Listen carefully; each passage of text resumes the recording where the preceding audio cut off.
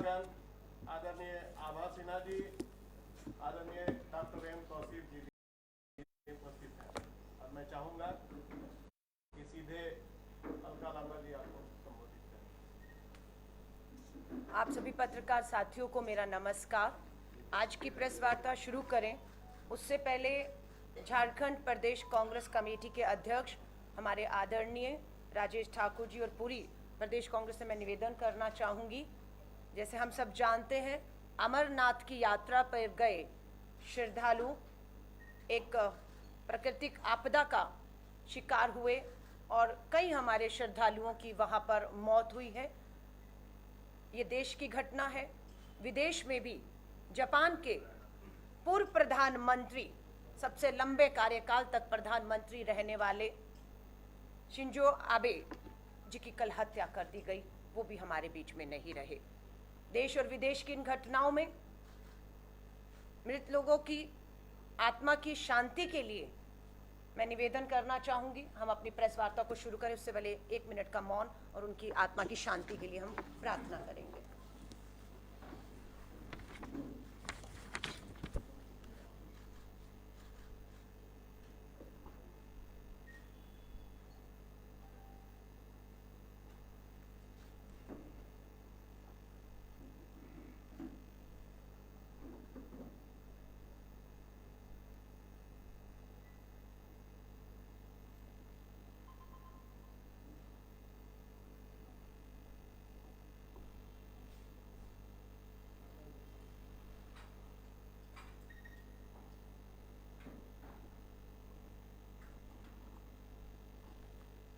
ओम शांति, ओम शांति, ओम शांति।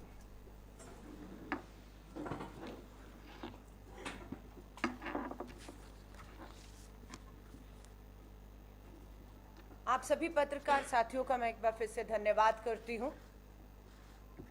आज 9 जुलाई 2022 है। भारतीय राष्ट्रीय कांग्रेस के 22 राष्ट्रीय प्रवक्ता इस समय भारत के 22 राज्य और 22 राजधानियों में ठीक इसी तरह पहुंच चुके हैं जैसे मैं आपके समक्ष झारखंड की राजधानी रांची के इस कांग्रेस मुख्यालय में बैठी हूं। मकसद है 7 ऐसे सबूत और तस्वीरें हैं जो मैं आप मीडिया के माध्यम से झारखंड और देश के लोगों के सामने सच्चाई रखना चाहती हूं। वो 7 तस्वीरें, 7 सच्चाई क्या है वो मैं आपको बताऊंगी। आज का हमारा जो हेडलाइन है, भाजपा का आतंकवादियों से नाता है। भाजपा का आतंकवादियों से नाता है, यह रिश्ता क्या कहलाता है? ये प्रश्न चिन्ह और ये सवाल हम आप मीडिया के माध्यम से भाजपा की सरकार और उसके शीर्ष नेतृत्व से पूछना चाह रहे हैं। मैं कोई आरोप नहीं लगा रही हूं कि हमें लगता है, नहीं, हमें लगता नहीं है और कोई आरोप नहीं है। हमारे पास सबूत हैं कि भाजपा के शीर्ष नेतृत्व के रिश्ते, देश में जो आतंक का माहौल बना हुआ है या सरहदों पर जो आतंकियों से चुनौतियां हमें मिल रही हैं, उसमें भाजपा पूरी तरह से शामिल है। मैं एक एक करके वाक्य का जिक्र करती हूँ। ये 7 कौन से खुलासे हैं, ये 7 कौन सी तस्वीरें हैं जो मैं आपके सामने रखने जा रही हूं। क्योंकि हमारा मानना है कि भाजपा राष्ट्रवाद की आड़ में, फर्जी राष्ट्रवाद है उनका, उसकी आड़ में देश को सांप्रदायिकता की, आतंकवाद की, हिंसा की आग में झोंक रही है।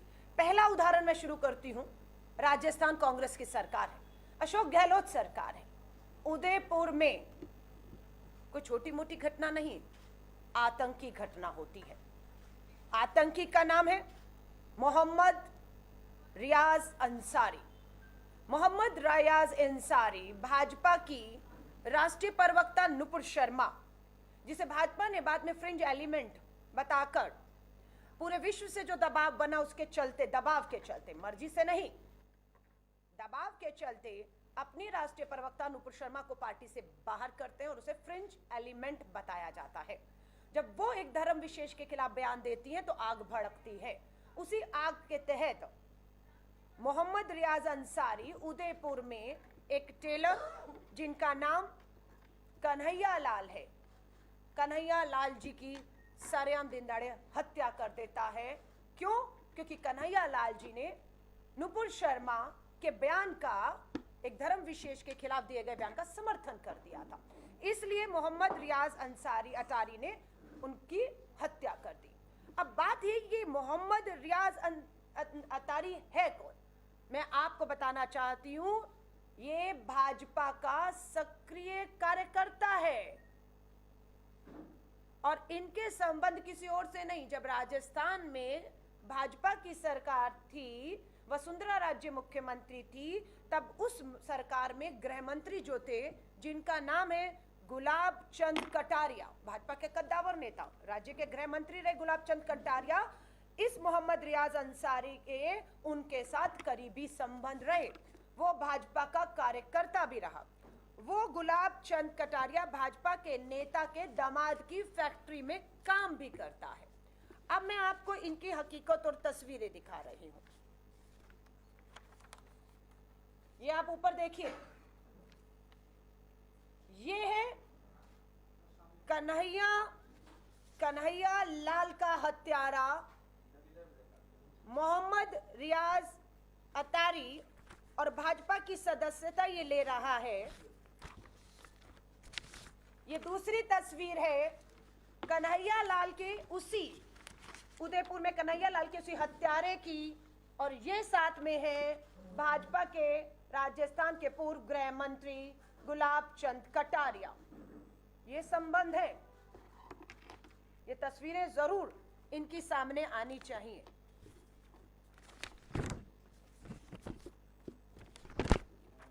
अब ये जो तस्वीरें राजस्थान की सच्चाई बताती हैं। चैनल किसका? भाजपा का मानते हैं हम, इस चैनल को नाम नहीं लूंगी, आप सब जानते हैं। उनकी एंकर भाजपा की लाइन, सांप्रदायिकता की, नफरत की लाइन लेती हैं। चैनल उनका, एंकर उनकी, प्रवक्ता भाजपा की नुपुर शर्मा। एजेंडा हिंदू मुस्लिम, धर्म विशेष के खिलाफ नफरत, हत्या, जिसकी हत्या होती है वो नुपुर शर्मा के बयान का समर्थन करता है, और जो हत्यारा है वो भी कोई और नहीं, इन्हीं का कार्यकर्ता है। अभी और तस्वीरें हैं, मैं पत्रकार साथियों को कहूंगी रुकिएगा। अभी बड़े खुलासे, बड़ी सच्चाई लानी। अब देश पूछना चाहता है कि भाजपा के कन्हैया लाल के हत्यारे मोहम्मद रियाज अतारी के साथ संबंध है, या अभी भी वो इनकार करेंगे कि वो नहीं जानते हैं, उनके कोई संबंध नहीं है, वो भाजपा कार्यकर्ता नहीं है। अशोक गहलोत सरकार पे सवाल उठे। हमें गर्व है, फक्र है कि अशोक गहलोत सरकार ने, जब कन्हैया लाल की हत्या हुई, 4 घंटे के भीतर अपराधियों को, दोषियों को, आतंकियों को पकड़ा, 4 घंटे के भीतर। और जिन पुलिस कर्मियों ने पकड़ा उनको सम्मानित किया, जिन्होंने लापरवाही बरती उन बड़े अधिकारियों की को बर्खास्त कर दिया गया। अशोक गहलोत जी कन्हैया लाल के परिवार को उसी दिन जाकर मिलते ही नहीं है, उन्हें 51 लाख रुपए की इस परिवार को आर्थिक मदद देते हैं। कन्हैया लाल जी के दोनों बेटों को सरकारी नौकरी मिल चुकी है, नोट आ चुका है सरकारी कि उन्हें सरकारी नौकरी दी जाती है। उनकी पत्नी को की जो मांग है फांसी होनी चाहिए, फास्ट ट्रैक कोर्ट के गठन करके सुनवाई शुरू हो चुकी है। फास्ट ट्रैक कोर्ट में फांसी की मांग, और मुझे पूरी उम्मीद है 1 महीने के भीतर फास्ट ट्रैक कोर्ट सुनवाई करके कन्हैया लाल जी के इस हत्यारे भाजपा के कार्यकर्ता मोहम्मद रियाज को फांसी के तख्त पर पहुंचाकर कन्हैया लाल के परिवार के साथ न्याय करेंगे। ये कांग्रेस है। और आज खुशी है कि उदयपुर हो, राजस्थान हो, लोगों ने अपनी सरकार, चुनी हुई सरकार, उसके मुख्यमंत्री पर विश्वास किया और वहां शांति बहाल है। लेकिन जब देश के गृह मंत्री कहते हैं हम NIA को इस जांच के लिए भेजेंगे, हमने उसका स्वागत किया। राजस्थान की अशोक गहलोत ने उसका स्वागत किया कि हम इस उदयपुर की इस आतंकी वारदात, हत्या कन्हैया लाल जी को न्याय दिलाने के लिए NIA का स्वागत करते हैं। हमें तब तक नहीं मालूम था कि अमित शाह जी NIA क्यों भेज रहे हैं। जब खुलासे हुए, ये तस्वीरें सामने आई, तो पता लगा कि वो पर्दा डालने के लिए, अपने नेता गुलाब चंद कटारिया को बचाने के लिए, जिससे पूछताछ हो सकती है कि उनके क्या संबंध थे, जिन्होंने इनको कार्यकर्ता बनाया। 4 साल से वो कार्यकर्ता था, आपके भाजपा कार्यालय में आ रहा था, आपके नेताओं से मिल रहा था, केंद्रीय नेताओं से मिल रहा था। तो इसलिए एनआईए को बीच में डालकर हमें अब ऐसा लगता है कि केंद्र की सरकार इस पूरी जांच को भटकाकर हत्यारों को, दोषियों को और अपने नेताओं को बचाना चाहती है। अब मैं आ रही हूं दूसरे खुलासे पर, ये और भी बड़े खुलासा है। अभी हाल ही में आप देख रहे हैं जम्मू कश्मीर के अंदर अमरनाथ यात्रा चल रही है, श्रद्धालु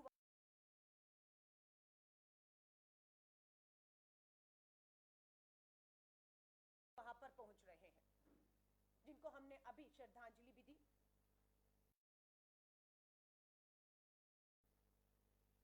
अब यहां बड़ा खुलासा होता है कि उस जम्मू कश्मीर के श्रद्धालुओं पर आतंकी हमले की साजिश हो रही थी।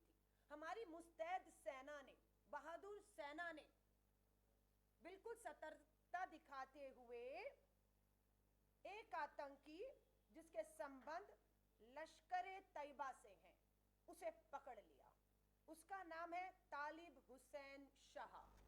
तालिब हुसैन शाह को हमारी बहादुर सेना ने पकड़ा हथियारों के साथ और हमारे अमरनाथ यात्री श्रद्धालुओं के ऊपर होने वाले हमले को रोका। और जब इससे पूछताछ हुई तो बड़े खुलासे हुए। तालिब हुसैन शाह लश्कर-ए तैयबा का आतंकी भी भाजपा जम्मू कश्मीर का सदस्य निकलता है। तस्वीरें हैं हमारे पास, तस्वीरें हैं हमारे पास, और तस्वीरें कोई छोटी मोटी तस्वीर नहीं है। ये जम्मू कश्मीर के भाजपा के अध्यक्ष हैं। और ये कौन है जो उनके साथ, पीछे देखिए, देश के प्रधानमंत्री नरेंद्र मोदी जी, अमित शाह जी की तस्वीर, भाजपा का अध्यक्ष। और ये कौन है? यही है लश्कर-ए तैयबा का आतंकी, हथियारों के साथ जो पकड़ा गया है, जिसका नाम जो है वो बताया गया है तालिब हुसैन शाह। ये है, ये तस्वीर देखिए और भयानक, चिंता पैदा कर देगी। ये बैठे हैं देश के गृह मंत्री, अभी के गृह मंत्री हैं, नाम जानते हैं। आतंकी का नाम है तालिब हुसैन शाह और इनका नाम है अमित शाह।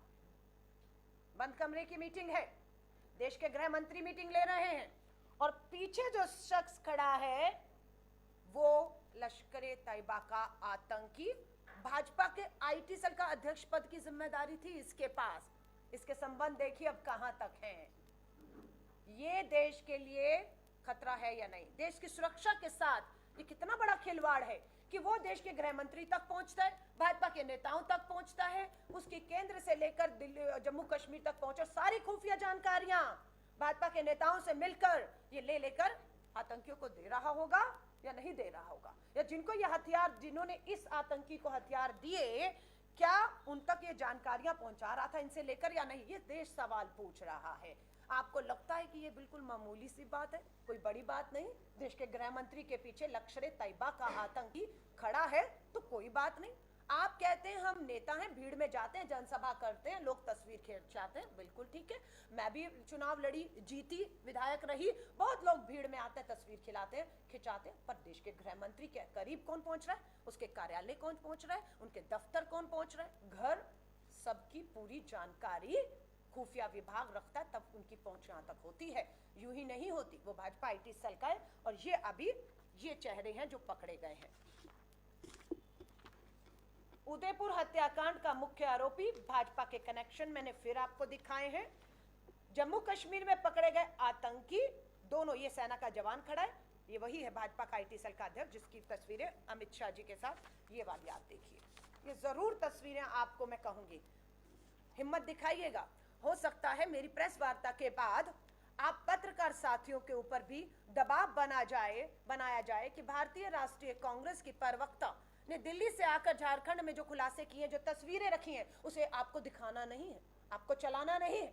हो सकता है आपको डरा दिया जाए, धमका दिया जाए, और हो सकता है आप ये तस्वीर भी ना छापें। पर मुझे लगता है पत्रकार की देशभक्ति को ललकारा जाएगा, उसकी ईमानदारी से चलती कलम को रोकने की कोशिश होगी। और अगर ये सच्चाई देश के साथ नहीं आती आपकी कलम, आपके कैमरे, ये तस्वीरों को जाने से रोका जाएगा, तो मुझे लगता है इम्तिहान सरहद पे खड़े मात्र अब उस जवान का ही नहीं है देशभक्ति का इम्तिहान, अब देशभक्ति का इम्तिहान इस देश के हर एक शख्स का, पत्रकार का भी है कि उसकी कलम झुकती है या उसकी कलम भारतीय राष्ट्रीय कांग्रेस के प्रवक्ताओं द्वारा आधिकारिक रूप से तस्वीरें जाहिर करके सवाल जो पूछे गए हैं लोकतंत्र में, उन सवालों के जवाब आप उनसे मांगे कि हमने ये सवाल खड़े किए हैं। ये फिर वही तस्वीरें, कन्हैया लाल का हत्यारा भाजपा की सदस्यता लेता हुआ, जम्मू कश्मीर का आतंकी भाजपा का आईटी सेल का हेड आतंकी भाजपा की जम्मू कश्मीर में सदस्यता लेता हुआ। ये आपको मैंने 2 खुलासे बताए, मैंने आपको 7 बताए।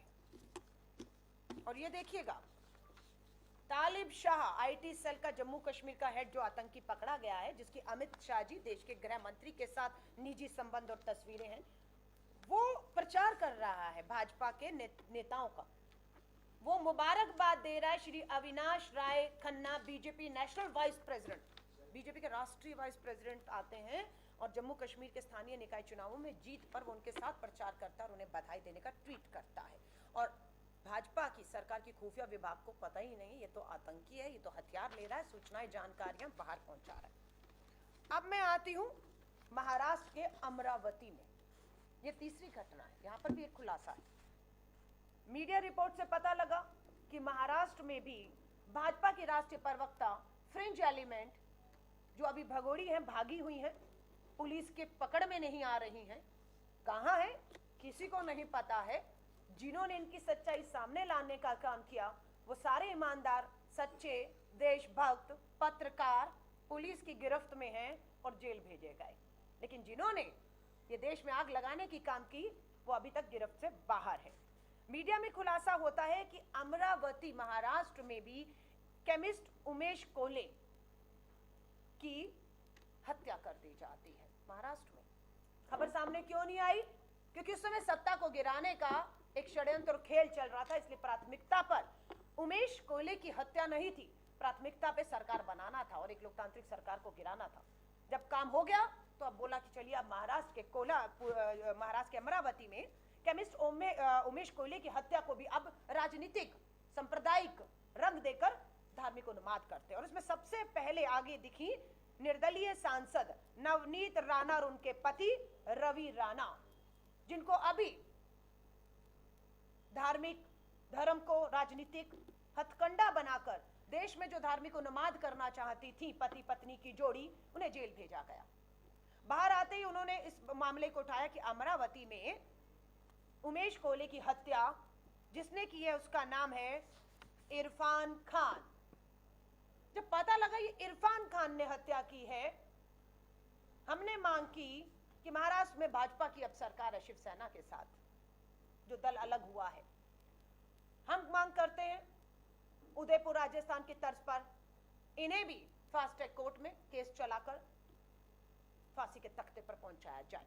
लेकिन पता लगता है एक राष्ट्रीय चैनल है, आप कहेंगे तो मैं नाम लूंगी, नहीं तो एक राष्ट्रीय चैनल ने खुलासा किया है कि ये जो अमरावती की हत्या हुई है उसका मास्टरमाइंड इरफान खान के निजी संबंध हैं, पारिवारिक संबंध, पारिवारिक मतलब आना जाना है। किसके साथ है? नवनीत राणा और उनके पति रवि राणा के साथ।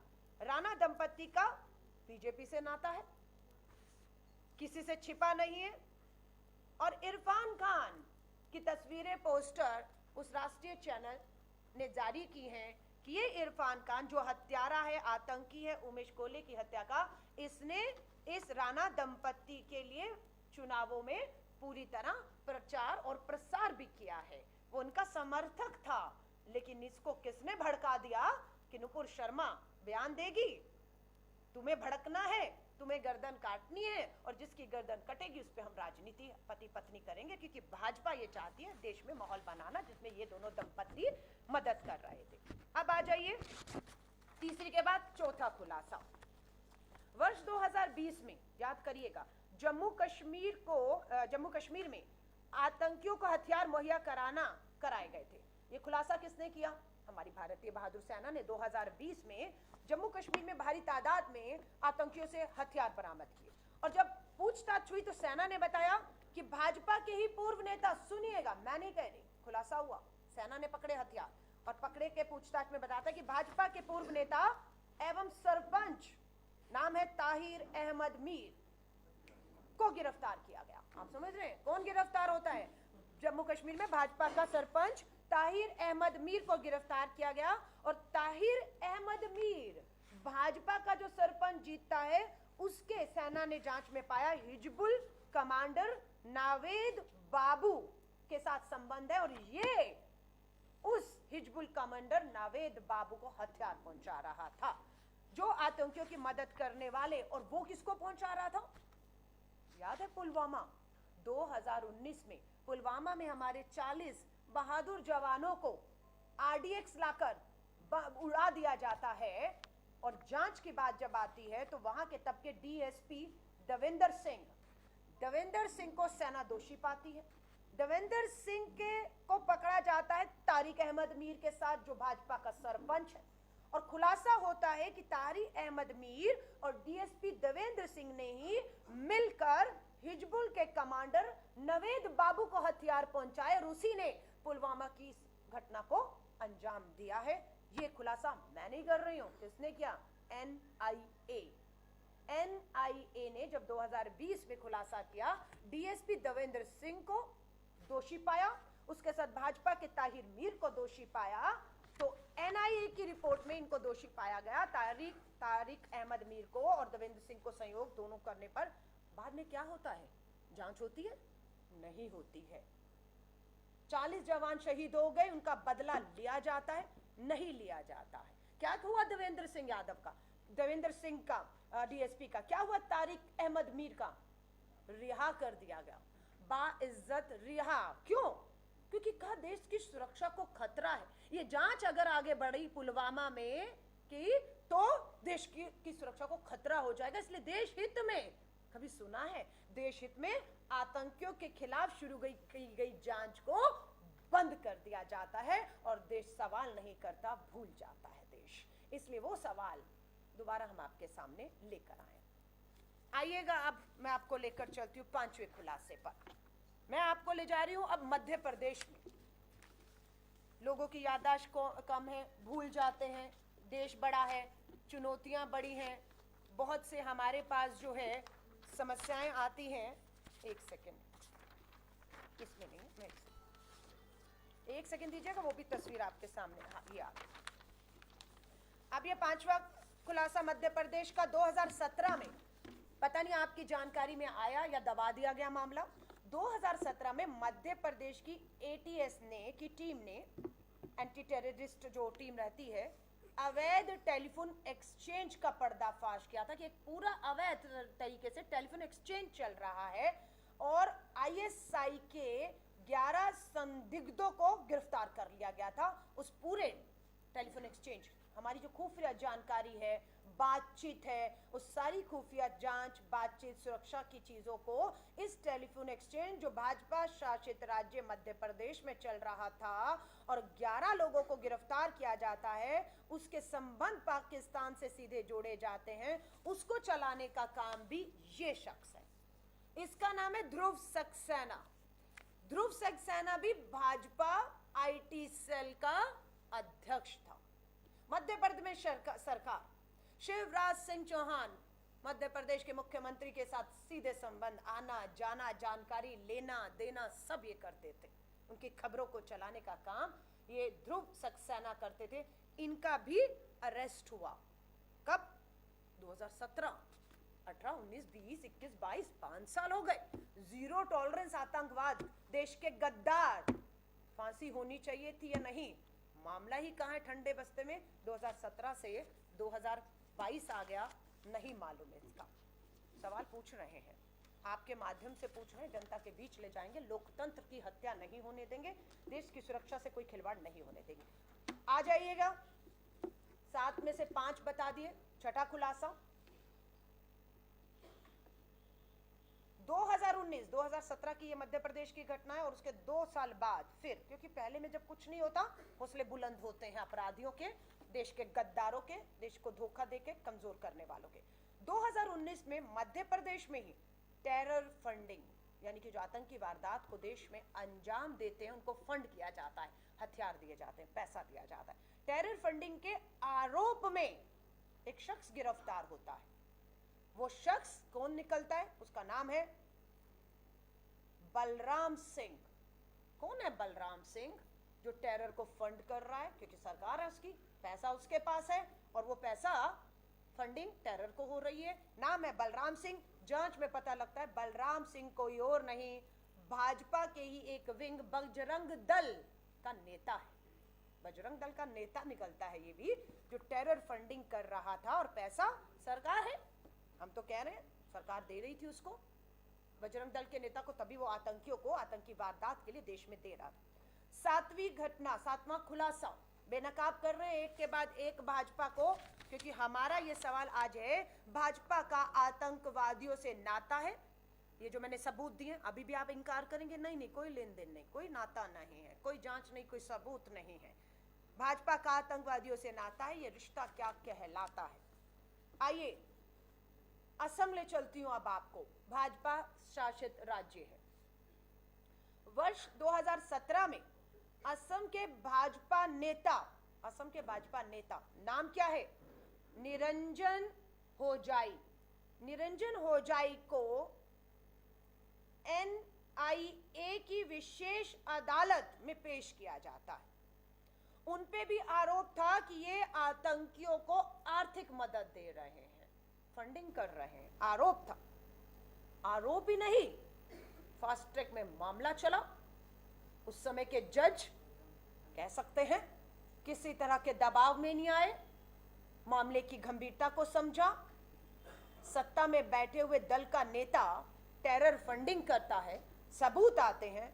खुशी की बात है कि वो जज डरे नहीं, तुरंत फैसला सुनाते हुए असम के भाजपा के नेता निरंजन होजाई को आतंकियों को आर्थिक मदद देने के चलते दोषी करार देते हुए उम्र कैद की सजा सुनाई। गूगल करिएगा, क्या ये सच है कि वो भाजपा का नेता था? क्या सच है कि टेरर को फंडिंग करने के चलते उन्हें उम्र कैद हुई है? उन्हें 1000 करोड़ के वित्तीय घोटाले, 1000 करोड़, हम नागरिक 1000 रुपया भी शायद किसी को देना उधारी आज की महंगाई में मुश्किल होगा, लेकिन वो 1000 करोड़ का वित्तीय घोटाला टेरर फंडिंग में दोषी पाया गया। उसकी फंडिंग से मिले पैसों से आतंकियों को सबूत पेश किए गए, हथियार खरीद कर दिए गए, जिसका इस्तेमाल कहां हुआ? दूसरे देशों में, दुश्मन देशों में आतंक फैलाने के लिए नहीं, अपने ही देश, अपने ही भारत देश में सत्ताधारी पार्टी, उसके नेता टेरर फंडिंग करके हथियार लेकर अपने देश में ही एक के बाद एक ऐसी घटना कर रहे हैं जिससे देश का माहौल खराब हो सके। अभी भी आपको लगता है कि 7 उदाहरण कम है? इतना ही नहीं, बीजेपी सत्ता के लिए अपराध जो है सिद्ध आतंकियों को टिकट देती भी है, आतंकी दोषी करार दिया गया है। इसी भारतीय जनता पार्टी ने मसूद अजहर के शागिर्द, मसूद अजहर बताने की जरूरत नहीं है, कंधार तक छोड़कर आई थी जब भाजपा की सरकार थी, दिल्ली के तिहाड़ से लेकर कंधार छोड़ने गई थी बाइज्जत, जैसे कोई अपने दामाद को घर आता तो बाद में विदा करता हो। मसूद अजहर के शागिर्द मोहम्मद फारूक खान को स्थानीय चुनाव श्रीनगर के वार्ड नंबर 33 से टिकट देती है भाजपा। आप देख रहे हैं, भाजपा टिकट भी दे रही है इन आतंकियों को, उन्हें सिस्टम में ला रही है, उन्हें फंड कर रही है, आतंकी वारदात और देश में सांप्रदायिकता हो रही है। जम्मू कश्मीर लिबरेशन फ्रंट एवं हरकत उल मुजाहिदीन का वो सदस्य रह चुका था, रिकॉर्ड है सब चीजों का। आतंकी मसूद अजहर को भी इसी भाजपा की सरकार ने छोड़ा था, जिसके बाद उसने देश में कई आतंकी वारदात को अंजाम दिया। पुलवामा,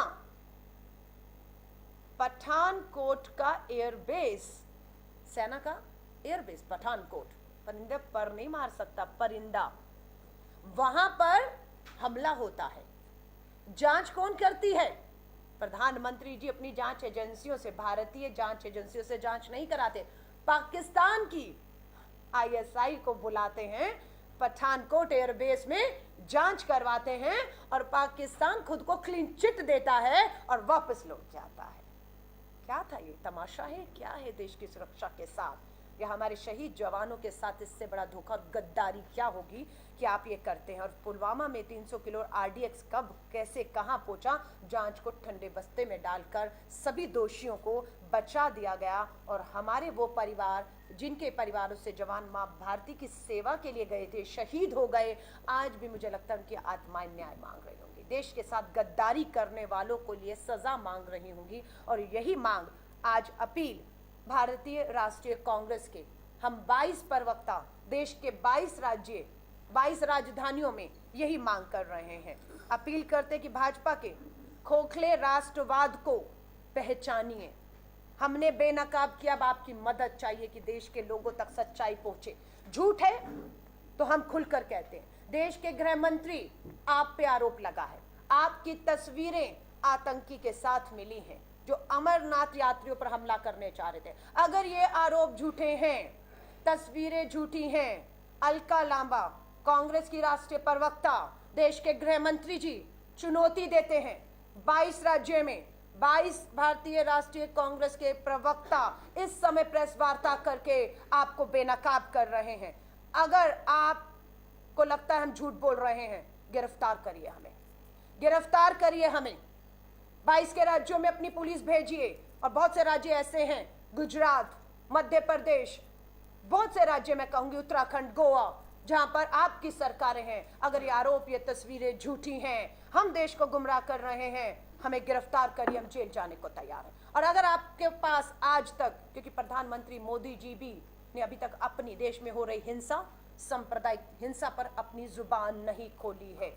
प्रधानमंत्री जी की ये चुप्पी कहीं ना कहीं एक सहमति दिखती है कि हाँ, उनकी सरकारों का, उनके नेताओं का आतंकियों के साथ देश में सांप्रदायिकता का माहौल बनाकर, माहौल खराब करके, हिंदू मुस्लिम एक दूसरे की गर्दन कटवाकर राजनीतिक लाभ मिल रहा हो। इसलिए आपने प्रधानमंत्री मोदी जी अभी तक देश में शांति की, प्यार भाईचारे की एक भी अपील नहीं की है।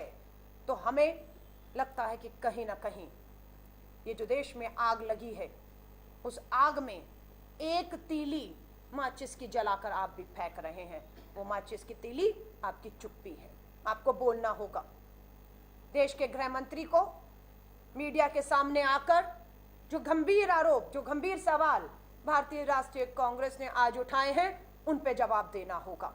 रास्ता मात्र 2 है, झूठे हैं हमें जेल भेजिए, सच है देश के सामने आइए, जवाब दीजिए। लेकिन आप ना हमें जेल भेजेंगे, ना मीडिया प्रेस के सामने आके हमारे द्वारा देश के समक्ष उठाए गए गंभीर सवाल और तस्वीरें जो हमने दी हैं उस पर खामोश रहेंगे, तो आपकी चुप्पी साबित करती है कि आप शामिल थे और आपकी चुप्पी इस देश को एक बार फिर से खतरे में झोंकने का काम करेगी। सो हम आप सभी साथियों से, बहादुर पत्रकारों से कहेंगे, मालूम है विश्व का मीडिया लिख रहा है, पत्रकारों पर पूरी तरह से दबाव बनाया जा रहा है, उनकी कलम को रोका जा रहा है, लेकिन हमें आज भी भरोसा है हमारे कुछ पत्रकारों की कलम रुकेगी नहीं। आप अपनी तरफ से कुछ नहीं लिख रहे हैं, आप वो लिख रहे हैं, वो हेडलाइन बना रहे हैं जो सवाल हम पूछ रहे हैं। भाजपा का आतंकवादियों से नाता है, ये रिश्ता क्या कहलाता है, तस्वीरें दी हैं, छाप दीजिएगा, आपकी भी जान बचेगी। कि हम तो प्रेस कॉन्फ्रेंस में गए थे, जो सवाल पूछे हमने तो वही पूछा, जो हेडलाइन मिली हमने वही हेडलाइन बनाई, जो तस्वीरें दिखाई हमने तो वही तस्वीरें, हम तो ये तस्वीर घर से नहीं लाए थे। आपको कुछ मत कहें, आपको मत डराएं, अगर पकड़ना है, धमकाना है, डराने की विफल प्रयास करने हो जो हमारे नेता राहुल गांधी जी से भी तक ये कर रहे हैं, तो मैं ये कहूँगी उन्हें कहिए वहाँ करिएगा, हमें मत डराइए, हमें मत डराइए। तो आप सभी पत्रकार साथियों से कहूँगी, ईमानदारी के साथ देश में ये तस्वीरें, ये सवाल, देश की सुरक्षा से जुड़े प्रश्न हैं, आपको पहुंचाने होंगे। आप सभी पत्रकार साथियों का मैं तहे दिल से धन्यवाद करती हूँ और मैं अपने अध्यक्ष जी से निवेदन करूँ, उससे पहले मैं माफ़ी चाहूँगी आपसे, सिर्फ एक निवेदन करूँगी पत्रकार साथियों से भी, अध्यक्ष जी से भी, राजेश ठाकुर जी से, कि इस जो आज प्रेस वार्ता का मुद्दा है, इससे संबंधित कोई भी सवाल आपके हो उनका मैं स्वागत करूँगी, लेकिन उससे अलग हटकर कोई सवाल हो तो मुझे महसूस होगा हम मुद्दे से भटका देंगे। तो आज के लिए माफ़ी चाहूँगी, सिर्फ इस मुद्दे पर आपके जो भी सवाल हो हम यहाँ बैठे हैं, जवाब देंगे, लेकिन मुद्दे से भटक कर कुछ मत पूछेगा। मैं अपने अध्यक्ष जी को कहूँगी 2 शब्द आप जो कहना चाहें, फिर आप पत्रकार साथियों का सवालों का स्वागत नहीं, मैं सिर्फ इतना ही कहूँगा कि आश्वस्त करूँगा कि जितने मित्राएँ हैं ये सभी बहुत बारीकी से खबर को लिखते हैं, और जो हम ये कह सकते हैं कि झारखंड में इस तरह की कोई बात नहीं है, अन्य राज्यों में हो तो पता नहीं, लेकिन इस राज्य में जो आप कहेंगे वो छपेगा, दिखेगा। इसके लिए हमें कुछ भी करने की ज़रूरत नहीं है। हम समझते हैं इस मामले में हमारा राज्य बिल्कुल कहिए कि सच्ची बातों को लिखने में अपना दम दिखाता है। धन्यवाद। मैडम ये दिल्ली नहीं, हाँ, ये ठीक है, ये आप समझे ठीक। क्या होता हो जवाब में पत्रकारिता वहीं होती होगी। देखिए, ऐसा का बोलबाला और पत्रकारिता आप लोग सर पैसे पे चलवा रहे हैं दिल्ली के मीडिया में, कॉर्पोरेट हाउस में। सब बात का देखिए जवाब मिल देखिए गया ना? जहाँ तक दिल्ली की बात है, धन्यवाद। दिल्ली मेरी नहीं है, दिल्ली भारत की राजधानी है, जितनी मेरी उतनी आपकी है। हाँ, झारखंड रांची आप कह सकते हैं कि आपका है, पहला अधिकार आपका है, लेकिन भारत का एक अभिन्न अंग एक राज्य है, दूसरा अधिकार तो मेरा भी है यहाँ पर, इसीलिए। मैडम एक सवाल है।